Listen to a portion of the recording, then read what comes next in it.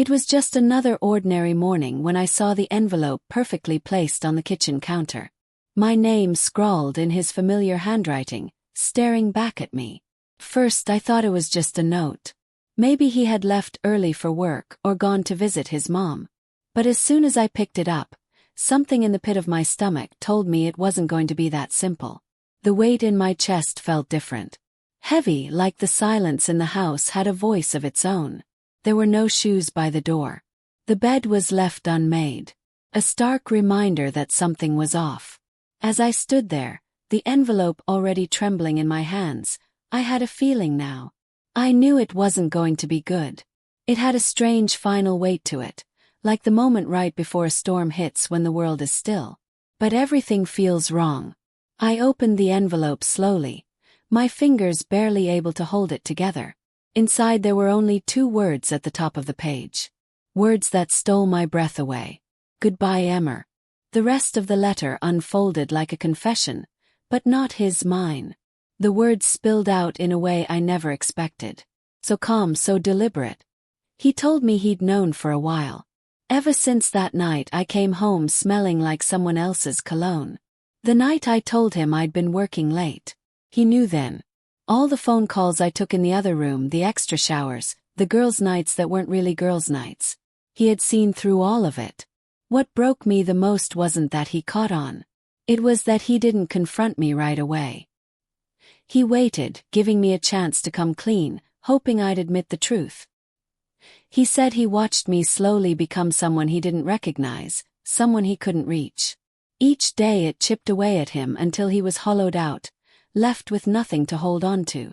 He wrote that he didn't hate me. That was the worst part. If he had screamed, cursed, or raged, I could have absorbed it as punishment. But his words were steady, calm, wounded, yet composed. He told me he loved me enough to let me go because staying would destroy us both. And in that moment, I realized I had already destroyed everything. I sank to the floor, the letter shaking in my hands as my body gave way to a torrent of tears. Not just guilt, but the stark realization of what I had done.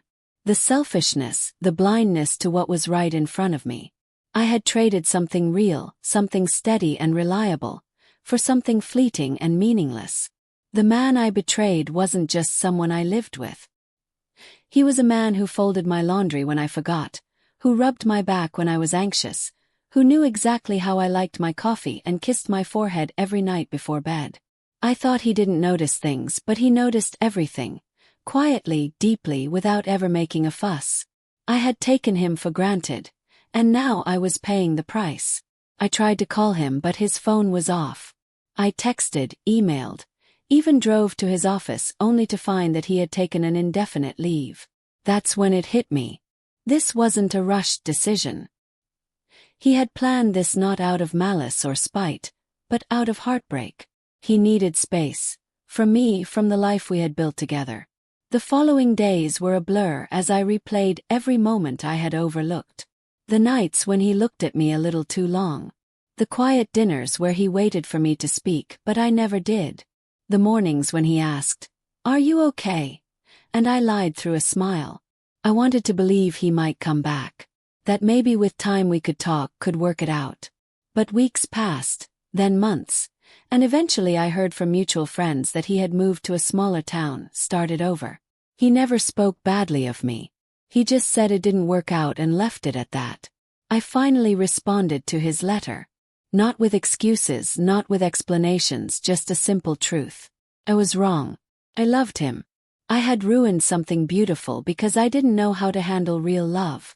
I didn't get a reply, and I didn't expect one. He had already said goodbye. I still have that letter.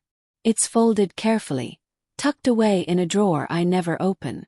It's a reminder of what love can be. Quiet, watchful, patient.